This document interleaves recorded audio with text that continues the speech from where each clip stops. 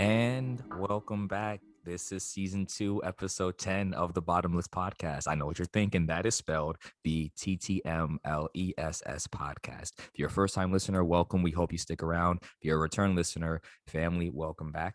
My name is Kevin Ortiz, and these two lovely people are. The shoe is still in his hood.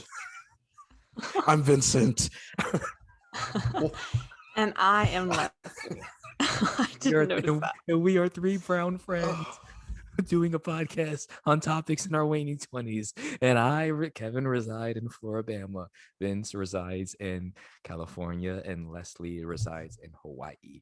And yes, for those who are just listening, you don't have to click over to YouTube, but if you do click over to YouTube, you'll see that there is a Yeezy 350. You'll see that Kevin got money. You'll see that there's a Yeezy 350 V2 glow in the dark shoe in my hood. Because I just been acting up for the past 2 podcasts and I wanted to be silly. So to get past introductions, how, Leslie, today we got news Oh my god. of the George Floyd. I'll speak on it first if you want me. You want me to go on it first? You go ahead. Okay. I'll say I was in the gym and I checked my Facebook news feed, and I saw it and I was shocked. There was a bit of like relief in there. There was a bit of, because I saw them saying that they were upping security and military. I'm not sure if it was military presence. They're upping like security and preparing for the verdict and all this shit. So I was anticipating like, oh shit, they're like a repeat of Trayvon Martin. They're gonna like not convict him. They're gonna let this guy go. So it happened, and I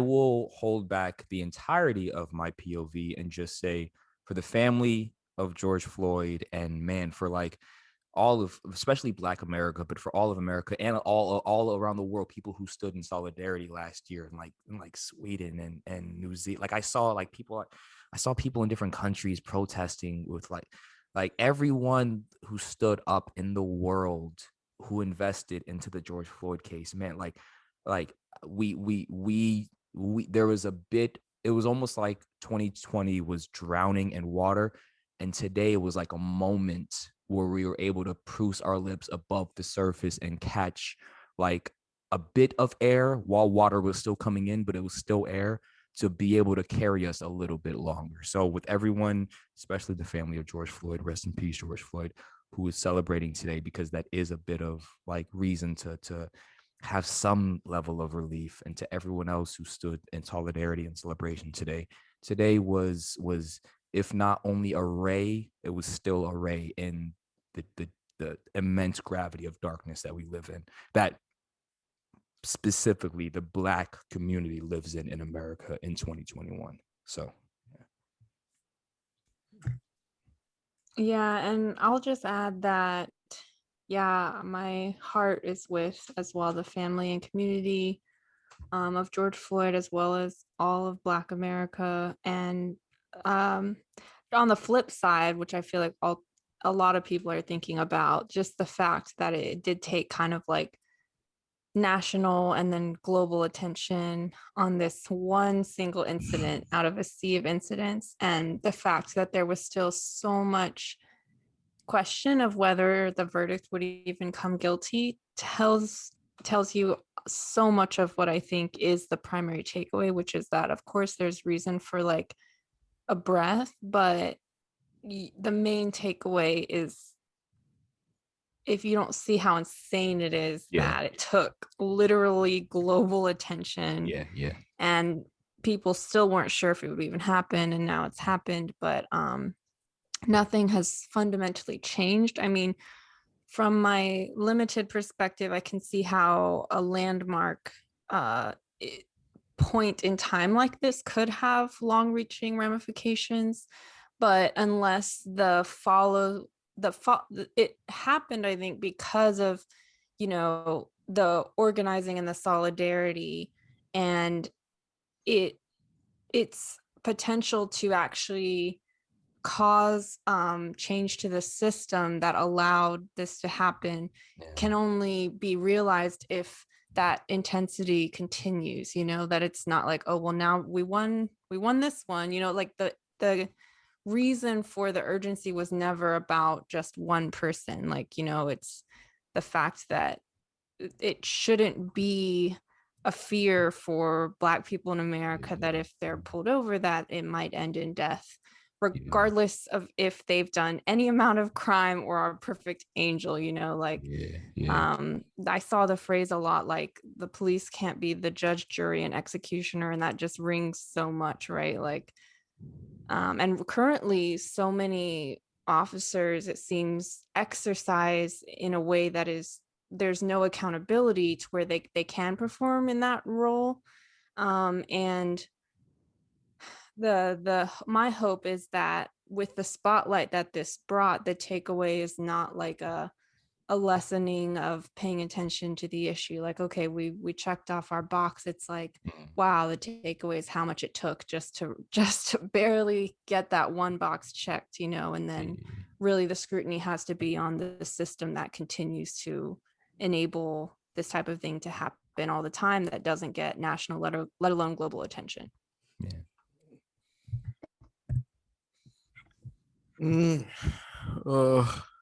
I will say the guilty verdict was a slight pleasant surprise because the day felt very foreboding leading up to it. I think the announcement was supposed to happen like 1:30 to 2 p.m. West Coast time. And for some reason, I was really stressed at work, but also during that time, I was helping facilitate a diversity related meeting. So that was already kind of like the headspace I was in. And for some reason, I swear to God, the 30 minutes up until 1:30, there was a constant stream of police and fire trucks. I was like, is there like a mass riot happening, like a protest? Like, what's going on? It just felt like all the signs were like, oh, this is going to be a shit show of a day. So happy to say that ended up not being the case. And happy to see, you know, people in the Black community feel some sense of relief.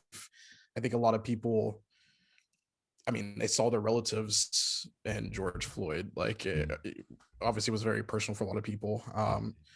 So that is nice. I just don't want to be a wet blanket because I do, and this I've had like a lot of feelings over the past couple of weeks. The closer we get to like the 1 year mark of when the protests kicked off, and like, I don't know how activists, like lifelong activists, I don't know how the Angela Davises of the world do it, because it's like, wow, 1 year after such a historic event, and I'm really not convinced that much of any needle was moved. Like, we got a guilty verdict, but there's been no, it's like we stopped leaking from one part of the pipe, but we've done no new plumbing. Like, we've done nothing really systemically.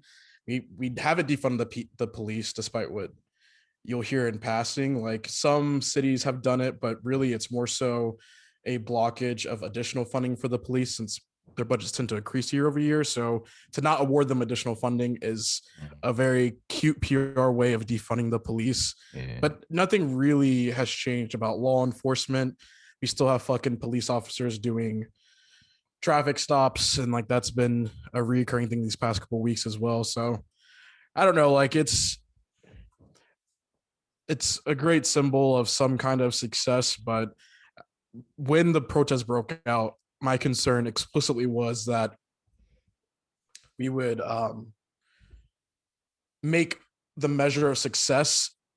I think I said this explicitly actually in my video. The measure of success would be a guilty verdict, and that's literally not really what we were protesting for, or what the struggle is for. And I think at this point, I think that greater context feels really lost, which is very discouraging to me, and it's just exhausting. Rational. I mean, I think, like, when we talk from the macro and like these complex intertwined systems and ways that we organize society, and like the institutions we build on top of that, that stuff is it feels very abstract and theoretical. You can't interact with it the same way that you can interact with like a physical guilty verdict. So in a way, I mean, it makes sense, but damn, it's exhausting. So the fight continues on. Do you see any potential for the guilty verdict, though, just in the fact that I believe it's like the first time in that community that a white officer has ever been actually held accountable for killing a Black man? Like, do you feel like that has any potential to be carried forward and, you know, if it's carried well, like have long-term effect on the system, or does even that feel just like too starry-eyed, or you know what I mean, like optimistic for you? I think it does. It just will happen with organizing and agitating, which the concern is, and I've seen other people say this. So to be fair, I've seen some people that I think are viewing this at least similar to me, where the concern is that instead of channeling energy, like, okay, we got the guilty verdict, justice for his family, now let's move this energy into agitating for more systemic change. The concern is that this verdict will be used as an instrument to see the system can work. We just had a few bad apples. We just didn't pull the right levers, and see, it can work. We just need to do some more training, like more diversity and inclusion training, and that'll solve the issue, which we know historically clearly that isn't the case. That's They far did too that in this insufficient. police department, right? Like it's like the worst case example of how that exactly doesn't work. Yeah. And it even, like, I mean, our president, God bless Biden, like the way he even uses the phrase institutional racism, it seems like it reminds me of a lot of like how some people use it out of ignorance, which I'm not mad at. If you weren't the president, like there's a lot of people can learn about racism, but like it's clear that there's no real meat behind him saying that phrase. It's just like it's racism but bigger and badder, which is so vague and uninformed, where there is no real pathway to systemic change. So again, I'm not a doomer. I'm not saying that change can't happen. My discouragement is that the necessary agitation to make sure that something more fundamental happens is going to get muted because people feel exhausted, as well as they feel like they've got their win. I can already see some people being like, why the fuck are you still protesting this? Like, he got a guilty verdict. What more do you want? It's like, well, there's a lot more that I want. But And the only thing, as a military member, this is wild. The only other thing I'll say is that I hope from now on, the majority of people who are experienced violence at the hands of police are military members.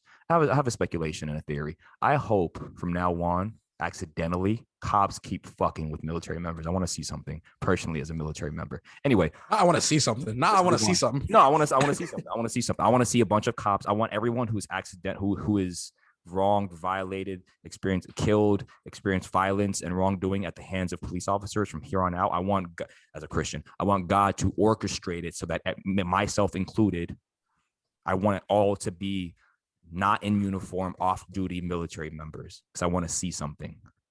So yeah, let's move on to the actual topic. But those are my two wet blanket statements. We will burn you to the ground if we have to. And I want to see something. I hope you keep fucking with military members the way you did that lieutenant in his car that I saw this week. So love. How do we receive love? I love you guys. I love Leslie. Vince. On that note of love. It is kind of a bridge that I can see, in the sense that, so we were going to talk about this week, we are going to talk about this idea of like how to accept love. And there's like connections to a conversation we had in season 1, which was, I think in one of our first episodes, we talked about how do we create space for other people to empathize with us, which I think is very closely related, right? It's like, well, then if that space happens, whether you create it or somebody else does magically, when it actually comes, like, how do you actually accept it, which is a topic Kevin and I arrived at because we were texting, and then it was just like, boom, there it is, the topic. And we're like, this is a very bottomless topic. Can I give the background? Can I give the background? Whatever you want. Here's what happens. Leslie texts me and she gives a word of encouragement and love to me during the week. And I expressed like, thank you. And she said, I don't know if, basically she was encouraging me and saying, hey, like the people who know you and are around you and really in your life care for you and think very loving things of you in case you didn't know. I don't know if she was like, I just don't know if this resonates, but I felt. That's not what I said. She said people, I'm paraphrasing. She said people don't see you as a magic trick, or people don't see you as a trick or like a magic trick. And like I said, you're not a magic trick. people don't love the trick, they love you. Yeah, Like, that's what. Yes. different. Okay. So and so like off of that, she said, I don't know if that resonated, and I had to explain to her, yes, and even in the moment it was like, yes and thank you, it does resonate, because a lot of times on a weekly basis I feel, not that I don't know consciously, Leslie, Vince, Jojo, my mom loves me, but if you don't hear it, oftentimes it's almost like charging in a battery. You know that like the charge can always be there if you want it, but maybe you don't, maybe you get drained and you forget that you can plug back into the source. And so me and Leslie were talking about like, man, and I was confessing to Leslie, like, the outlet's right there. Like I can go to Leslie and Vince and they're loving enough and health and functional enough as well adjusted human beings that if I say like I feel depleted, they'll like lavish love and good support. And so I was telling her like, man, oftentimes thank you, because that does resonate what you said, Leslie. And oftentimes that's what I need, but I don't ask for it, even though I need it and want it and thirst for it. And then that's where that conversation came of like, man, like if you're hungry, if you're thirsty, like if you need, why are we so weird about like asking for love, accepting love, even when we do finally admit, like someone has to come to us and give it before we ask for it, do we receive it well? Like Leslie's saying, I'm not sure if that resonates. And like I had to, so yeah, that's kind of where this idea birthed of like that weird psychological thing as adults for some reason, maybe it's our generation, where it's like hard for us to let people love us. And I think for me, at least, the most obvious is gift giving. I don't know for you guys if like receiving gifts is the most difficult and awkward way for you to like let someone love you. But there's just a weird thing. Maybe some people it's compliments or words of affirmation. Some people it's like quality time or like eye contact or hugs or saying literally the words "I love you." But like, yeah, me and Leslie, I guess we kind of both hit that aha epiphany moment of like, man, there's this weird thing we do when if love is an analogy for food, we'll starve before we ask. And then even if someone gives it to us without us asking, it's almost like we have this apprehension while we're eating that like didn't pay for the food, we couldn't afford the food, we're not enjoying the food as we're eating it. So that's kind of where this conversation birthed out of. Vince, tell us all the dysfunctional ways that it's hard for you to accept love. Say, oh God, there's so much heavy stuff in there. I'll start. I've known Vince for 10 years. He ain't never said I love you to me. I love Vince to death. Yes, he has. I have literally heard him say it to you. This is not the topic for you to gaslight me. I know. I'm sorry. I was ready to pull up my text history. I will say, and this is Vince's lingo. This is what LA does to you. Oh God. Vince does say ILY. It's pronounced illy. On Twitter, pronounced illy. On Twitter, there is a popular thought that I agree with that says the saying I love you instead of saying I love ya is very important, and it's different. I need to hear I love you. So to all my LA people, does ILY stand for I love ya to you? Well, no. Like no, but saying like instead of saying illy, like it's more gravity to say like Vince, I love you. Instead of saying illy. Illy's easy to say. Even people who have problems saying like illy's easy. Illy, BRB, FML, LOL. No, I love you. Like that's hard and it's like heavy and it's like, oh yeah, we're here. Like, is it hard for you to say I love you? It's been, yeah. So let me go into a little bit. Until I'm not going to say the two names. Two people in my young 20s taught me to hug and say I love you because they did it to me almost every time they saw me. So even to this day, I'm more used to it now, but I feel the gravity on my soul of like, it's hard for me to say it and it's hard for me to receive it. It's really hard. Like I have to stop myself like a dog with a bad habit of biting people who walk by to like, not only is it okay for people to love you, you don't have to be worthy for people to love you. Like, it's hard for me to think like, fuck the worthy part. You don't have to be worthy for people to love you. So that's the hard part for me is like, why would you love me? Me and Leslie, let's talk about it. We grew up in an Asian household. Oftentimes, affection was related to academic performance or just performance out in the world. And so it made sense in my household, if I did something I knew my mother valued, i.e. academic performance, that then she then emoted smiles, hugs, approval, words of affirmation. That made sense and it was appropriate and it fed my ego. Yes, look at your great son who did these great things out in this world and showed you I could perform in the arenas you value. But to just like have not done anything or feel like at a failure in that moment in life, and to hear Leslie come across and say, I want you, it's hard. Like, it's hard for me, man. Like, yeah. Mm. I'm trying to think. I mean, I don't know if it's hard for me to say I love you to like my inner circle. I don't know if I feel like I'd feel weird that people that use it to people that they don't really know. And I know people that use it very loosely. And I don't think it's like a fake. I'm not saying like I romantically love you or like you're the love of my life, but I know they mean it. I do think it's uncomfortable for me to say it in that case. I do say illy a lot, which to me is more so just me showing affection than necessarily proclaiming that I love you.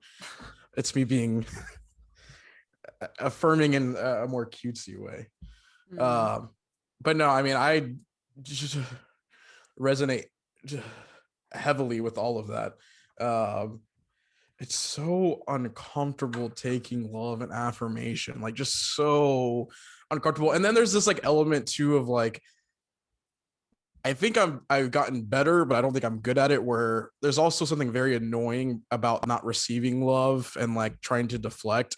And like that's my impulse. So I like try really hard not to. And I feel guilty because I can hear myself going in that direction. I'm like, all right, pull it back in. Just say thank you. Just say thank you.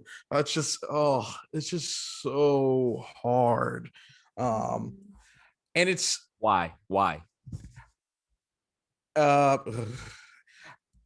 I mean, it's different for every person. I can say for me, I think from a high level, No. Child, like what's inner 3-year-old? No, let's let each of us approach the way. Not fishing for a specific answer. Because I don't want you to intellectualize or academic. Like, I want you to like. Oh, that might be the way he processes it. Man, well, yeah, he's well, hide behind a wall. Give me. I'm not going in that direction. So let me unpack more than a sentence at a time. I was actually going to my childhood, so thank you for jumping my gun. But I say what's interesting is that, and why I think it's different per person, is that unlike some people where I feel like the trouble with receiving love is due to maybe being conditioned in a context as a child where you don't get love, you don't get affirmation. Frankly, that wasn't really my childhood. I actually got a lot of love and affirmation. Leslie asked us about like early memories, and I do have a lot of really beautiful early memories, especially with like my grandparents and like my papa, and like very explicit memories of like just always being showered with love and affection, which would lead you to believe that you would grow up to be able to receive it and give it very easily. I think the issue for me is that I think there was just a lot of things about myself that I wasn't sure that I deserved the love, and I also wasn't sure that I could reciprocate love entirely. And because I wasn't able to reciprocate it, there's a lot of guilt and shame about receiving it. Yes. So it's like, I don't want you to like, you don't need to love me because I'm not going to be able to love you back wholeheartedly. Because you can't reciprocate it. I want to ask a clarifying question. I want to know what actually the sensation you get because you don't feel the capacity, the ability, the competency to reciprocate, or because you genuinely don't feel that same sensation for that other person to the extent you feel like you received it. That moment that they told it to you, in that moment, your emotions didn't feel the sensation. Like, you didn't feel a matching charge of they said I love you or showed love, and you didn't feel in that moment a genuine emoting of that same reciprocation.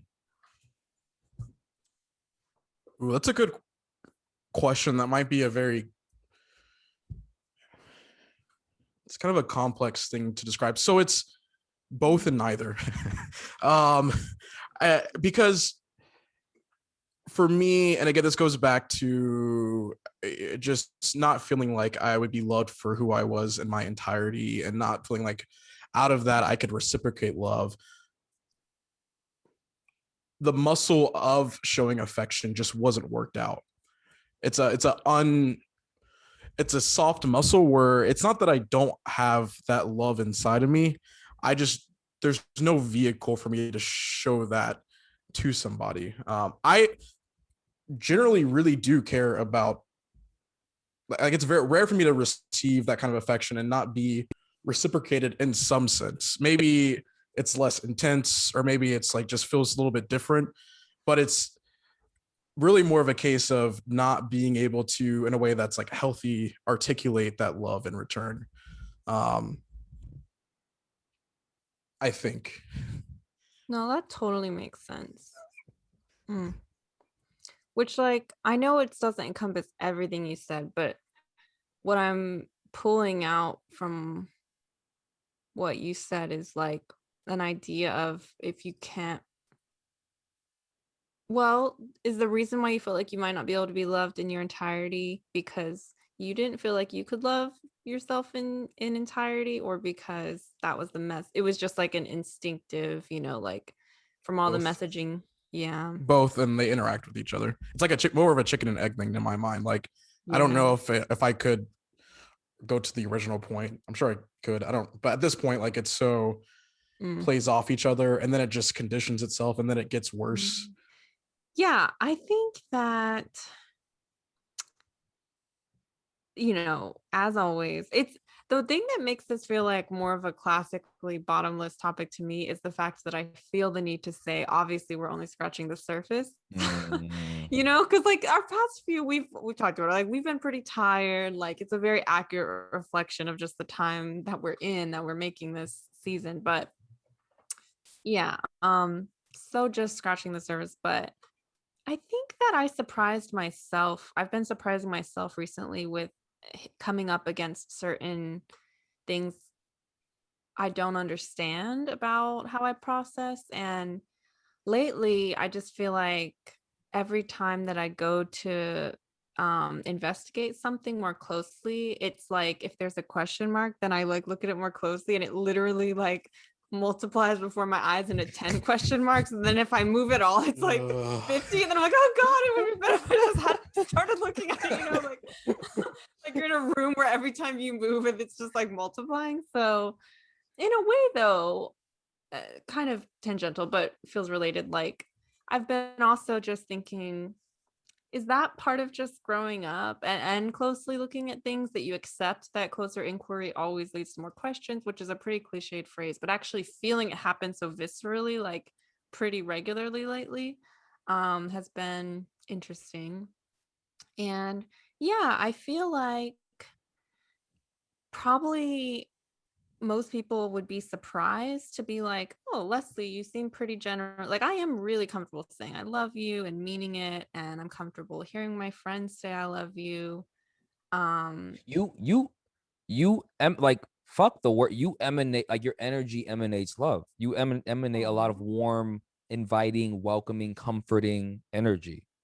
Thanks, Kevin. Yeah, and thank you. That's really sweet. I'm glad that that happens. And I think that one area of this, and one reason I was thinking about like, how do you accept love, is I do think that at least somewhat often in life, it's like a natural trait, but I really think I hyper developed it as my own child, as one mechanism as a child to deal with some of the tumult in my family, where I didn't really have like emotional stability very often. I had quite often the opposite.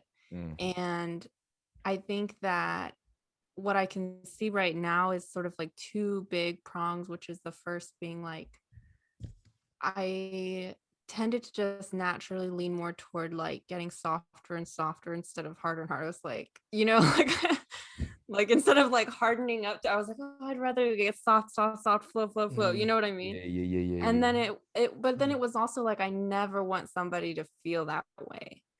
Like I just know how it feels to feel like, and I just like, I don't know, that's just like a natural reaction. Like anytime I've had like a specific area of like strong pain, it's like, oh my God, like if I could ever not like do anything to not make somebody else feel this way, but I never really realized, like, I don't know, I have such incredible friends like in my life who do so much to just show love and care and affection. But I think the specific area of like very intentionally cultivating like proactively being like, how can I sort of make you feel very safe and very like emotionally and all the other ways. Yeah. Yeah, I just like, I guess, and especially when it's like not pre-existing, established dynamics, like just recently that like that dynamic happened and I was just so scared by it, and I was like, oh, like it's weird that I'm scared. Like, um, so that was kind of, I don't know if that makes sense. Like there's so many different facets of what it means to exert love, or exert probably isn't a good word, express love and then receive it. And that's one area for me, like, that really led to this question of like, I think the other thing I would think of is probably like mental health and like insight relation to Vincent's discussion of the chicken and the egg of like, I think that we have this weird idea that if you struggle with loving yourself, or if you explicitly deal with like self-hatred, that it means that you're walking around super like, like you look like a rain cloud and like all these things. And it's like, I think because it actually deals often with mental health as opposed to like just feelings, it's so not that, because it's not necessarily you, it's literally like a health issue, right? Like, Yeah. and I feel like definitely the area of mental health and being able to love yourself is huge in being able to accept all love in its fullness, right? And in the different, so Kevin brought up like gift giving, there's words, there's time, there's all these things. And I'm curious if you guys feel this way. Something that I keep coming back to, which is that I think is both very healthy and then maybe slightly relates to some of the unhealthy things in me, is like my reaction when I know someone loves me, like someone I'm just like, I know that they love me. Like, for example, like my sister. Wait. No. I need an example that's not family from you.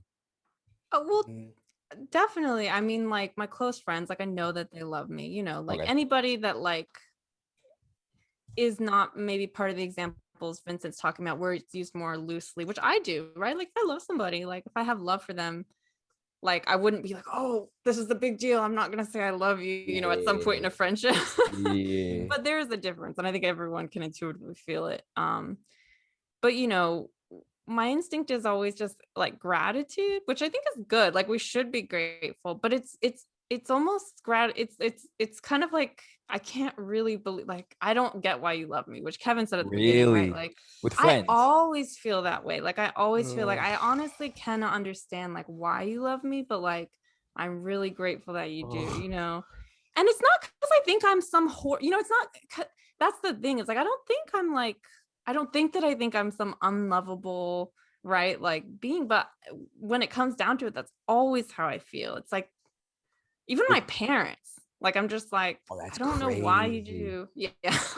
What are you thinking, Kevin? You're like bursting at the seams. Because I was gonna ask the clarifying question if that same phenomenon happened with the friend and with the family, but then you said even with your parents, and so because now I'm stepping into a realm that's hard for me to relate, because I don't know, I understand it the way I understand love from family like intuitively, the way I understand a gut feeling. So when my mom says it, when my dad says, like when my family says it, it's almost like a deposit into the bank account. My internal bank account says, yep, the check cleared. But that sensation you're talking about that you experience with most family and friends of, I can't understand why you love me, I only get that sensation of, I don't know if we can clear this check when it comes from friends. But it's interesting to me. I've never, I don't think I've ever heard anyone talk, and I want you to delve a little deeper. I've never heard anyone explain that sensation, and I've never felt it personally with with family. So that's crazy to me. Do you feel it on the same degree with family and friend? Like, is it the same level of I don't understand how you could love me, or is there a lesser with the family and you can kind of understand a little more, or is it the same equality between the family and the friend? You across the board, you go, I don't understand how any of you could love me. It's pretty even. But again, it's weird to try and explain because I don't want people to think I walk around not feeling loved. Like the thing is, I know people love me. I just don't understand why.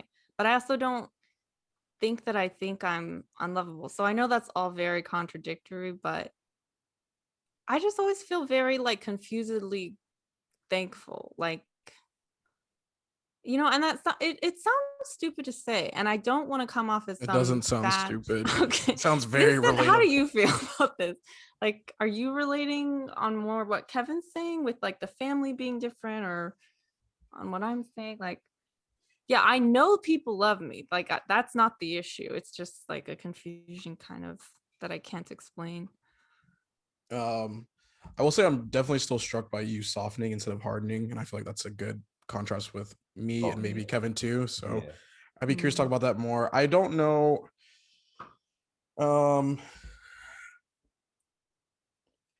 I feel like for me, it's less of a confusion of why I am being loved, but more of like there is an essential precarity to that. Like, and I think it still goes back to again like this idea of like not feeling loved my entirely. Like you love me for now, but as that like love develops and bonds, like certainly it's not going to always be that way.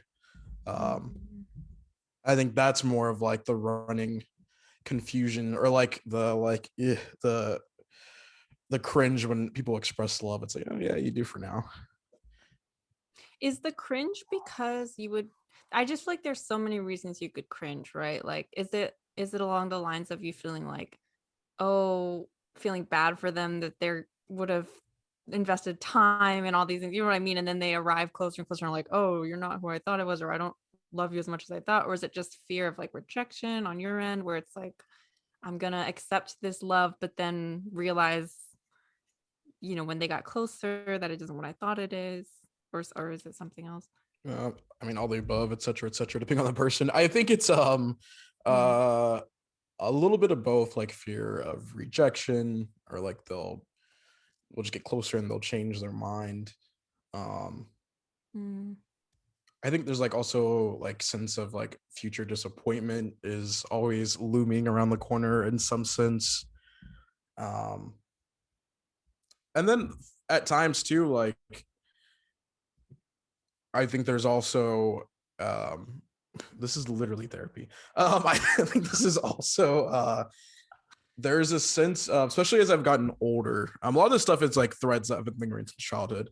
I think now I'm at a certain point in my life where a new sense of anxiety about receiving love is that I have a much more awareness of like my capacity and faculties to even receive and give love. Like even if I get to a healthy place, there's only so much that this body can give and take. So sometimes I have some concerns too with like, I have some great people in my life. I have y'all. I have some great friends here, great friends in North Carolina. Um, sometimes with like new people or like newer friends, I get anxious. Like, no, like I really fuck with you. Like I fuck with a lot of people in a way that's like very genuine. Like I genuinely fuck with a lot of people, but I know that at a certain point, like I don't have the love to give as much as I would love to give that to you. So I'm cringing because not only are you possibly just going to be disappointed as you like get to know me more, but we're going to hit a point where like you're going to be expecting a further development in our love. And like, I fuck with you, but like, does not compute. Like my reservoir has been tapped. Um, Mm. and I think there's some anxieties about like what that could turn into. All this is anxiety type thoughts, so I feel like a lot of it does sound kind of dumb or irrational. Doesn't But these sound dumb to me. fair, fair. But But it is in the mental health conversation, right? Because do you right. feel like the reason you feel like that reservoir, like with continuingly more positive mental health, do you feel like that reservoir would feel deeper and wider and like It would, but I also feel like my reservoir has been so strained. It's been a drought for a while that it I would think take I'm a still while in a. just to... Well, I'm in a deficit with the people that are already in my life. Like again, there's people that I fuck with on the periphery, and sure, like I'd be happy to give them some more, but I also would rather give the in group more love as well. Hence this podcast. Thanks, Vincent. I want to say this. Oh man, this is okay. I'll say this. Oh god. If we treat facets of our personality or dimensions of our life like rooms in a house, Mhm. Leslie has pointed out several times in this podcast my tendency to say wild, radical, shock value things in order to create space. One of the reasons I do that is a early defense mechanism. There is a room in my house, metaphorically speaking, the house of my personality, that I know is dark, wild. That part Vince says, I'm in a Parisian cafe yelling, that's that room. I do that early because I'm so, this is where I differ a lot from Leslie and Vince. I noticed that early about my personality that I would fear people loving me, people doting on me, people showing me affection, and me knowing or me having enough of a detachment to look at myself and go, there's something here that we find unpleasant, and that we being the me, and that we sense society finds unpleasant.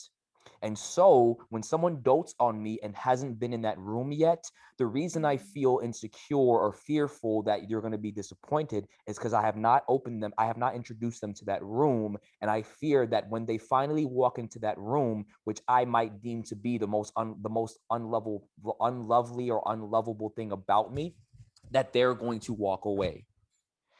What I want, oh, go ahead. what I want to say for you guys as an exercise that I think in this, Damn it, I had an exercise from I want to Go give you an ahead. exercise. I had an exercise. I know. No, Exercise, but what I want to say for you guys is an exercise, because I do this and it's helped me. But when I say exercise, I mean put it in your back pocket and maybe 90 years from now you try it. This exercise is not for the faint of heart. It's not for the weak-hearted. Okay. This exercise is something I do, and because I don't know why I'm willing to accept the cost of the exercise is you might lose the closest people in your life: brother, mom, dad, best friend, wife, spouse, name stakes it. are getting high. The exercise is think of maybe the most 2 or 3, most maybe top 1 greatest source of love in your life. And if that resonates of, I feel like whoever it is, whether it's a parent or just someone that you might feel that level of, they don't know that room, and I fear that they could be disappointed, introduce them to that room. For me, unfortunately, I did it without knowing that I was doing it. Early on in my years, Vince knows, I've yelled violently at Vince. I've yelled violently at JoJo. I've yelled violently at my mom. Mind you, my mom couldn't leave me. Vince and JoJo could leave me. I did that with the risk. Now, mind you, part of that was my dysfunction of my personality of not knowing how to maturely process anger. But part of that was, I need to know now if they're going to leave. And it was the child in me going, I would rather them leave now than spend the next 10 years wondering. I can deal with the tension of them leaving now, the initial shattering, heart-wrenching break of them leaving now. What I can't deal with is spending 10 years paranoid, traumatically, every moment wondering, are they going to? So I flung the door open. So the exercise is try to imagine the most unlovely, unlovable thing about you. Find the person you maybe most fear of disappointing, or the 2, 3, the 5, 10 you feel fear of disappointing.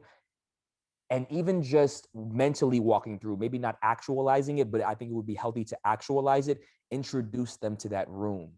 Because then you know if this is the most unlovely thing and then they stayed, you sit there and you go, that's freedom. There's no more darkness. There's no more hiddenness. There's no more secrecy. You know what I find to be the most unlovable, unlovely thing about me. And I think in that moment, you can find purity, brokenness, and an understanding of, oh, you love me. Because if I, when no one's watching, if I think this is the most unlovely thing about me, and I showed that to you, and 2 years, 3 years, 2 weeks, 2 months from now, you're still here. It's like this brokenness, this crying of, that wall breaks and I can finally receive your love. Because man, I just told you this thing that I found to be so potentially unlovable about myself, and you're still here. How could you be here? I don't know, but what I do know is you showed me you are. So man, it's like this, the dam breaks and the waters just go flowing in. No, that's beautiful, and I think that sounds like an exercise of healing too. Yes. Even just in the sense of doors I've opened in my heart to other people at this stage of my life, the amount of healing that comes from out of that, and like additional plane of love and fellowship, to use a Christian word, and bonding. No, that sounds healing. Isn't that why? Don't you guys sit? Leslie, let me ask, because now I'm curious. It is, if we all try to, me, you, and Vince, if we all right now try to fantasize, like let's say I've killed somebody. Okay. If you guys didn't know, if you could ideate what you consider to be, maybe you say like for me, maybe I've killed somebody. Additionally, when I get into romantic relationships, I know Kevin Ortiz gets cold, distant, and uncommunicative. And I know that's a very unlovely thing about me. And when I talk to new women, I'm fearful. And I always have that fear of disappointment because I know one day you're going to find this out about me. And I'm too embarrassed and insecure to introduce it early. And so now there's always this difficulty in relationships. So for example, ideate whatever you can about what you think to be possibly the most unlovable thing about you. And do you think, Leslie or Vince, that it's possible that that thing may be the wall, the barrier, when you say, I don't understand how you could love me? Oh, it is and was. I'll just say that. Well, I was gonna ask That makes Vincent, sense. like, okay, because interestingly, the exercise I was gonna ask was us to think through, yeah, if we think about those parts of ourselves that we would fear would like lead people to reject us or not love us as much as they thought or whatever, like what is our reaction to that? And so, Kevin, you just explained your reaction, right? Like, I know mine is like quite different. Like, even the picture that makes sense to me, like, it's not rooms. So I'm just curious, since I have a pretty solid, I think, something to say about it. I would want to hear like Vincent, either like you responding to what Kevin was bringing up, or if you also have like just a different metaphor you would use than like rooms in a house, or how you deal with that. A picture in regards to like how I think about this conversation. Sorry, I'm not sure if my Well, brain like Kevin, shut down yeah. for a second. I had to do So an update. Kevin was introducing two things. First, just the picture that is the foundation for his question, which the picture he uses is rooms in a house, and like one room being the worst, like scariest thing to like show to other people. And in his exercise, it's like open that door and bring people in. So there's that. There's the question of, does that picture resonate with you, or because to share how I feel about it, I have to establish a different picture, because the room one actually isn't how I organize my thoughts on it. But then second, from whatever picture makes sense for you, like, what do you do? Like, do you do how Kevin is like, have you already, like, what's your response? That picture resonates. It's not really the picture necessarily that I use, but I think it's the same concept. I've had a picture in my mind as it relates to this for a while, where there is like it's almost like a well, like a well, not like an animal, but like, Oh, well. yeah. um like literally, I often picture there being like a deep reservoir, like a well inside of me, that like no one has like really bucketed down into and gathered water from and brought it back up. And that's been a picture I've had in my mind for a while. So usually that's like the picture in my mind when I think about like opening myself up to receive love. And I think like grabbing like a bucket of water down there would be both um, like that process is giving me love, and then that process is also putting whoever's doing that in a position to really receive like the entirety, like the unheld back version of my affection and love. Um, so that tends to be the picture that is on my mind. What was You your guys second question? wait, have you guys seen Split? No, I know it's supposed to be No. so good. Okay, never mind. Keep going. Alas, sorry. There's a Sorry to fail you. fuck it. Spoiler alert. There's a scene in Split where he has 13 personalities and he names each one of them, and then 2 personalities that he repressed. This is why Leslie's right. It's a mental health issue for that room or for that part of the well or for however Leslie would create the illustration. The reason it's a mental health issue is because that room, that well, that however you want to frame it and position it, in Split, he has 2 parts of his personality that he continually represses. And schizophrenia, the way they described it in the movie was those 2 personalities finally hopped into the driver's seat and wouldn't let any other person. And they were the problem was their behaviors and what they did to make the guy act in the real world was dangerous and harmful to other people, like kidnapping people, killing people, doing all this wild shit. In the movie, it's such a beautiful illustration because in the movie, he names each one of them. So when they talk, when they're in the driver's seat, they're talking and saying, my name is so-and-so. Yes, he wouldn't let us come into the light, into the driver's seat. He wouldn't let us come out. He's been repressing us. And now that we're here, we're not leaving. We're not going to leave. And so schizophrenia, the way it was described to me was when you, like the shadow, like the subconscious, when you don't properly in some way allow for space of that room, when you don't allow for integration of that room, when you don't allow for introduction of that room, it is a part of you. It's a part of Vince. It's a part of Leslie. It's a part of Kevin. And it's going to question you every single day. And mostly it comes out in those moments where you go, I don't understand how you could love me. And it's going, yeah, because they don't know. And at least for me, that room cries back and goes, yes, it's because they don't know us. And that room feels ignored. It feels neglected. It feels wrong. It feels, and it goes, we're just as much of a part of you as all these other beautiful parts. And we're going to question you and we're going to hold you accountable and we're going to make you answer to our stirrings for the rest of your life. And so what happens in schizophrenia, to my understanding, the way it's been explained to me, is when you don't properly integrate and allow for space in your life of those things in a healthy way, or at least in some way integrated, then your personality will fracture into all these fragments. And that part of your personality can just take, it can either be bipolar, it can be schizophrenia, but that part of your personality is, if things get bad enough, it's going to come out on its own volition. Like it's this autonomous entity that has a free will.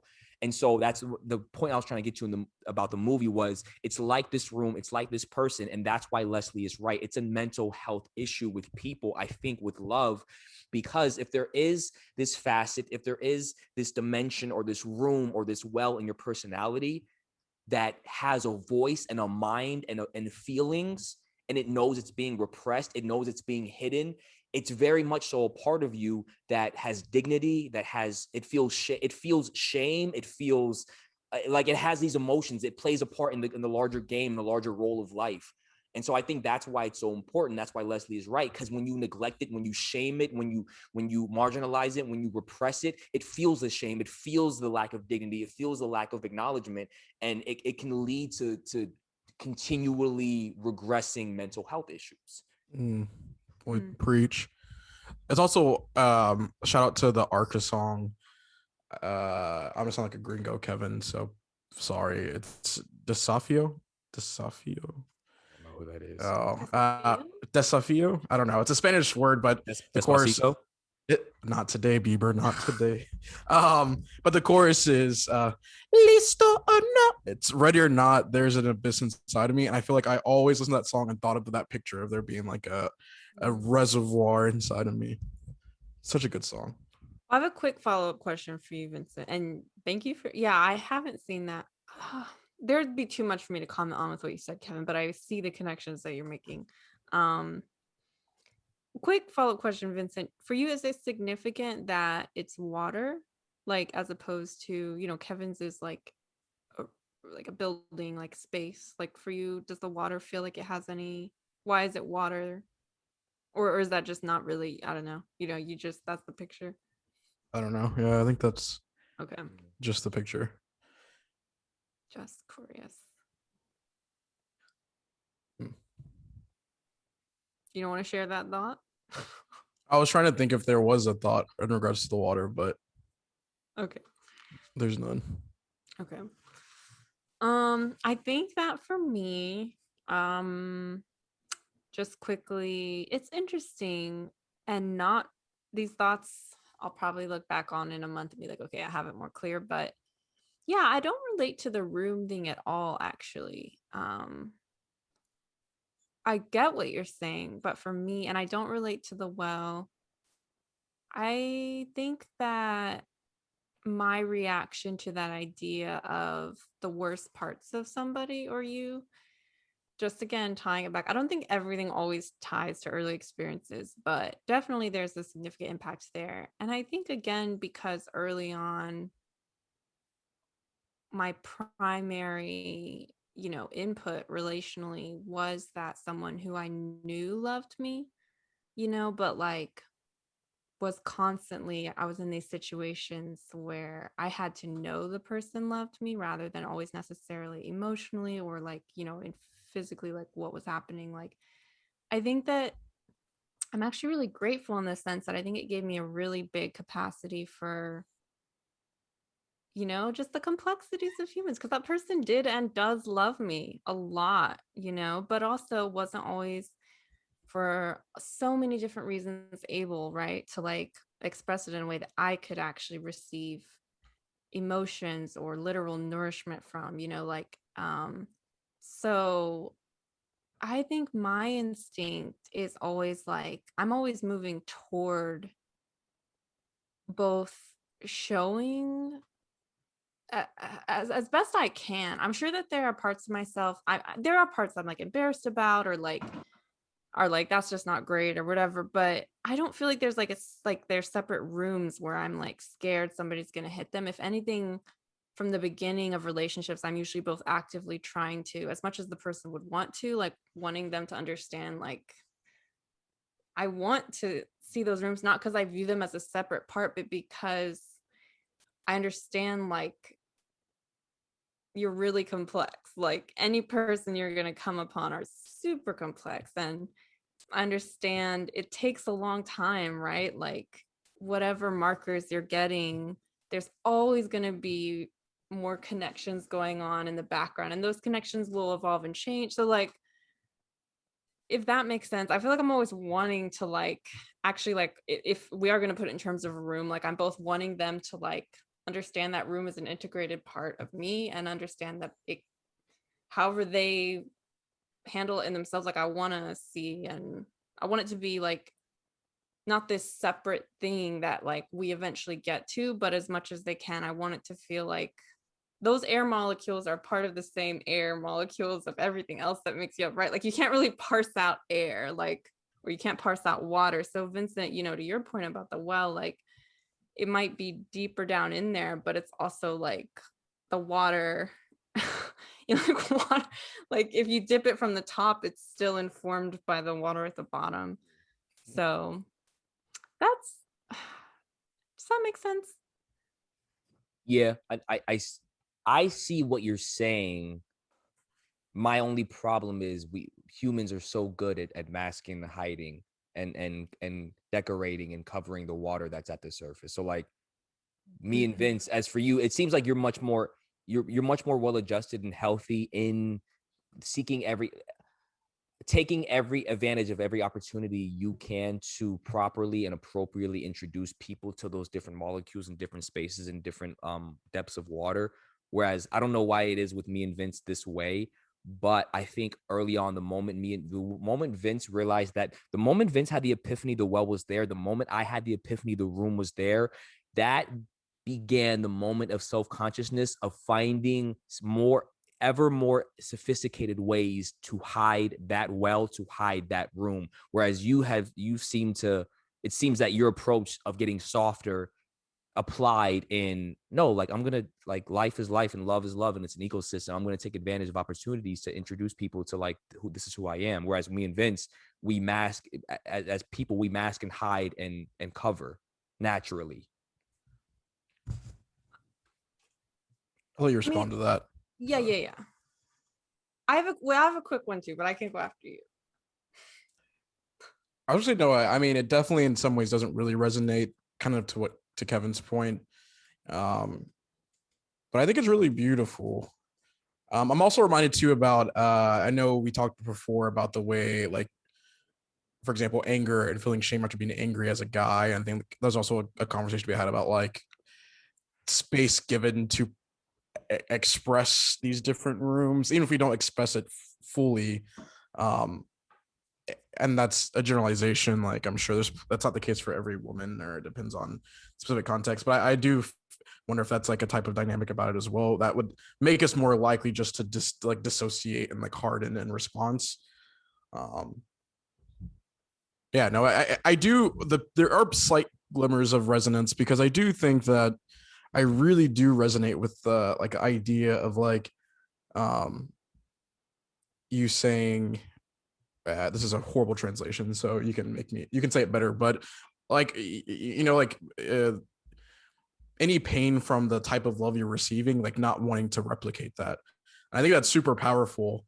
And I have since myself doing that subconsciously, and that like I create space for people that I think is me subconsciously trying to not create such a constricted space that I feel like I often was operating in. But even with doing that, it still came from a place of dissociation, of like a very hardened place. So I just think it's I don't know, it's really interesting to hear that type of difference from us. It is interesting, and I'll add one more thing, which is that, again, this will probably be revisited in a month and might not make it on the podcast, but I think I might be wrong, but in the same way when we were talking about anger, it's funny you brought that up because I was thinking about that episode too, but I was thinking about the part we talked about with like, I like to like have what some people might call like disagreements or confrontations. I just view it as like I want to address the thing, but it's not because I like fighting, it's because I like harmony. But in my mind, harmony means like looking at the thing head on, and that way the systems can be make sure we're clear rather than like gliding over the surface, which can be a totally valid way for a while too. Like you sometimes need both, I think, in a relationship, right? Like you can't always just like, let's dig up 20 feet and on this Sunday evening and like, let's clean the pipes. Sometimes you need to be like Johnny, we're at the McDonald's drive-through, like calm down. But I think to the same end, my response of like, what even the hell did I say? What are we talking about? My response, Where am I? my response of, yeah, so like not viewing it as a separate room and kind of having that urge to both show what would be considered the less appetizing parts of myself and help as much as I can make the other person understand like I want to see that from them and I don't view it as unappetizing. I think that that's also because that dynamic you guys are talking about, again, I think right from the beginning just was what I learned about. So it's this feeling of like, okay, everybody, because I also, this feels a little bit raw, but like, and maybe not well said, but like, in a way, again, it's a gift because I think it's true that like I had my experiences with a primary person in my life growing up, and I also saw how that person functioned out in society and how they were perceived and the role that they were, all these things, right? So being able from immediate to see such a discrepancy on, between like what I saw and then how I understood people quite close to this person saw, and they were both real, right? Like it wasn't all just masking. It's like a preemptive way. Yes, it can be read as very warm and very loving and like I want to create space for people, but I do think it's also a way for me to not have to deal with like feeling, because it's like, if from the beginning I understand that everybody to differing degrees has that dynamic, so essentially has that room Kevin is saying, or has that part of the well that Vincent is saying, like if I can preemptively not only know that, but like at least from my understanding introduce that into dynamic, which might just get read as like, oh, you're warm, you're loving, you're like, but it's also just, no, it feels accepting because I know those rooms are there, and it doesn't mean you're a bad person. It doesn't mean I'm a bad person. It doesn't mean there can't be love, and it doesn't mean, like all these things. So in a way, it's almost maybe also it's both healthy and maybe like some kind of defense mechanism. So maybe that will be revisited. I'm not sure if it's right, but I think it might be partially true, right? From one angle of looking at it. Which is why it's like, if people get too like, oh, you're like whatever, it's like, it's also, I think, a lot for me, like I do it for me, like if that makes sense, right? Like it's a way for me to, like, I don't want to missee somebody and then be hurt or disappointed, like, but also I think it's more beautiful. Like that's the thing, it's not like I'm thinking like, oh, I'm making room for like the ugly parts. Like I think it's all beautiful, like even if there's pain and even if there's whatever, it's like, why? Maybe because from the beginning it's like, this is more just like reality. It's like, it wasn't like introduced later where it's like, oh, people who love you can disappoint you or hurt you. It's like, no, these are like married from the beginning, like that the good outcome of that is that I think that's just true, and we all learn that, but it's like a preemptive approach of like, it's not a separate bad thing, it's just a fact, and like there's so much beauty there, and there's not one definition of like love is always going to come through the filter of the person and their experiences and maybe their unhealthiness and their trauma, and like that doesn't mean it's not love and it's not valid, barring an unhealthy spin into just like only accepting bad love. I don't know. Anyway, that makes sense, right? It does. Ooh. Yeah. So, well, any parting thoughts?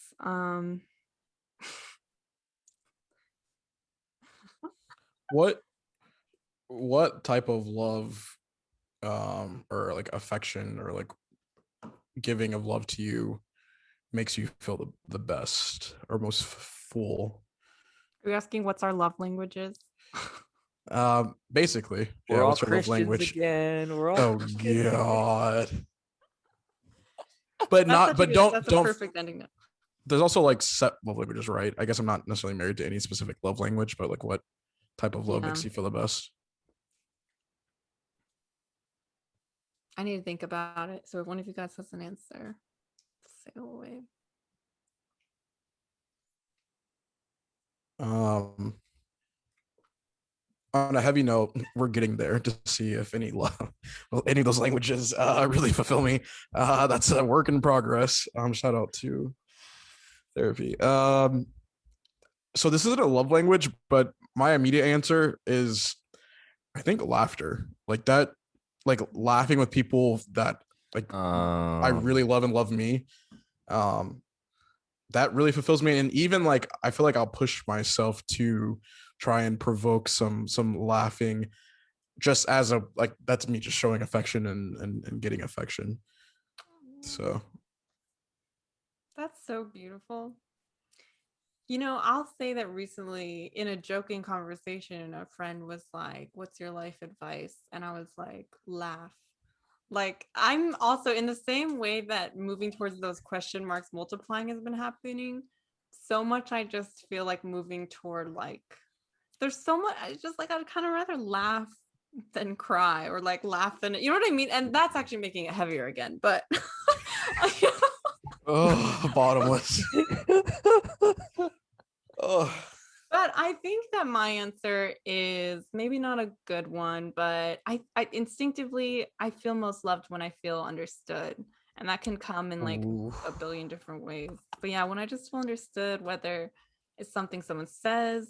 It's a certain expression or eye contact that's shared. Someone sends me something. You know what I mean? It's like it can come a million different ways. To bounce off that, one addition to for me is similar, but being seen is definitely. That was hovering on the tip of my tongue. Like, yes, it's good. Yes.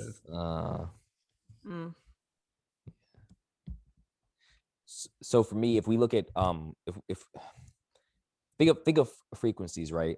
So like, you know, like they say like dogs or animals can hear like sounds that just humans can't hear. There's colors that are on a spectrum that we can't see, but they exist, but we just don't have the capacity to see them. So I look at love, two frequencies of love that I think that it can exist in is the higher frequency of romantic, big gestures, big, gregarious, loud, overly done, boisterous shows of affection. And then like just the monotonous everyday, there's nothing romantic, nothing exciting. And I'll give the examples. Like if someone went and like got like a big ass like a 10-foot teddy bear, or like a 1,000 roses, or like some shit like this big gesture, right? I don't receive love best that way. It's like, oh shit, like calm down, this shit is loud, turn it down. For me, the best way I receive love is shit that is genuinely in the frequency of monotonous, everyday, unexciting. And what I'll give the example of, the unexciting is exciting for me. So if someone were to give me a big ass teddy bear or 1,000 roses, it's hard for me. The best way I receive it, the most preferred way I receive it, and I'll give the example, is me, Vince, and JoJo are going to have a Zoom dinner date on Thursday.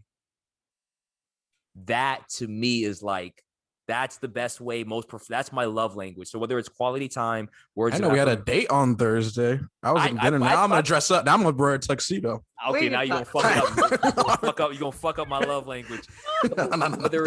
Whether it's like, it can be any of them. It can be the touch, it can be the gift, it can be the words, it can be the quality time, it can be acts of service. But when it's not done in a gregarious, over romantic, big gesture way, and it feels like just that casual, I was like a casual, I just did this for you real quick, or let's just hang out on it's a Thursday. Let's hang out on a Thursday and have a Zoom.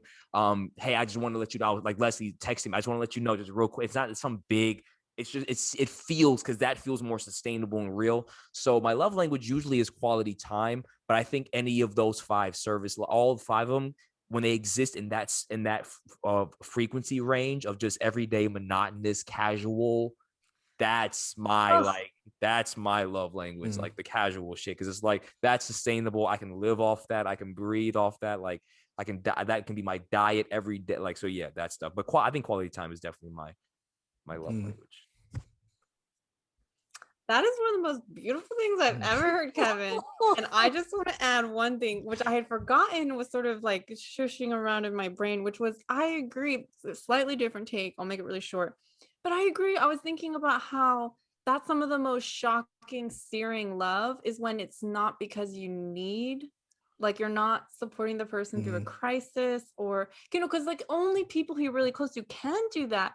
But then when those people are like, yeah, I just want to like, have a Zoom, it's like, you just like me, like want to hang out with me, like we're not only like emotional support systems for each other. That's like so beautiful.